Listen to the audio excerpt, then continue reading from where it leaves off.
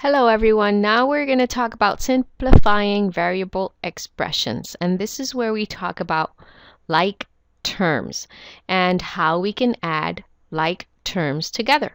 Okay, and I have here example 1, 5 plus 8w minus 6 minus w.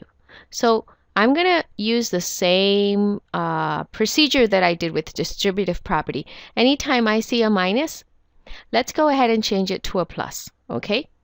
So let's rewrite this expression as 5 plus 8w plus negative 6 plus negative w. So anytime there's a minus, change it to a plus and change the sign of the number that's next to it or the letter that's next to it. So all we did was change everything to a plus and the negative. Okay, now that we've done that, the second thing we're going to do is identify the like terms, because those are the ones I'm going to be able to add together. So here I have a 5. This is a constant term. There's no variable next to it, so it's a constant term. Let's see if I have any other constant terms. Here's another one, plus negative 6. And there are no other constant terms.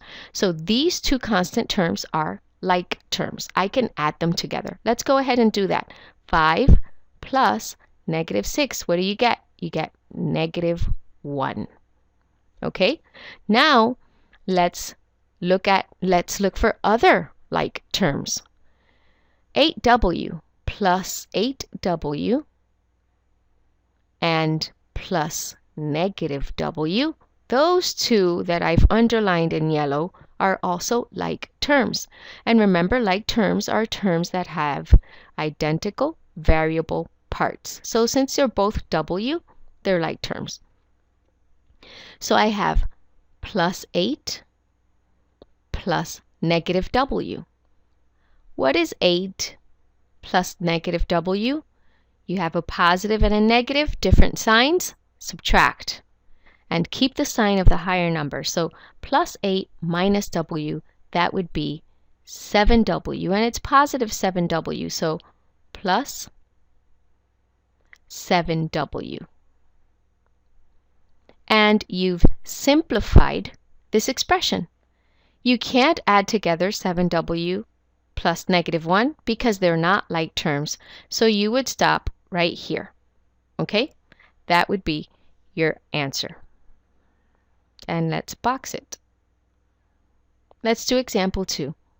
First thing I'm going to do is I'm going to rewrite it, and all the minuses that I see I'm going to change to plus, negative. So let's rewrite this. This is negative 4k. This minus I'm going to change to a plus, negative 12 plus 3k.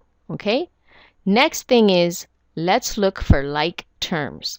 So here I have negative 4k and plus 3k. Those two are like terms. They both have the identical variable part. So let's see. Negative 4k plus positive 3k, different signs, subtract, keep the sign of the higher number. So this will be negative k. Negative k. The other term that I have here is plus negative 12. Okay?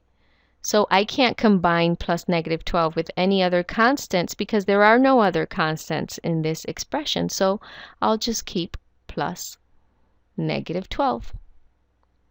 And you're done with that one. Okay? Let's do example 3.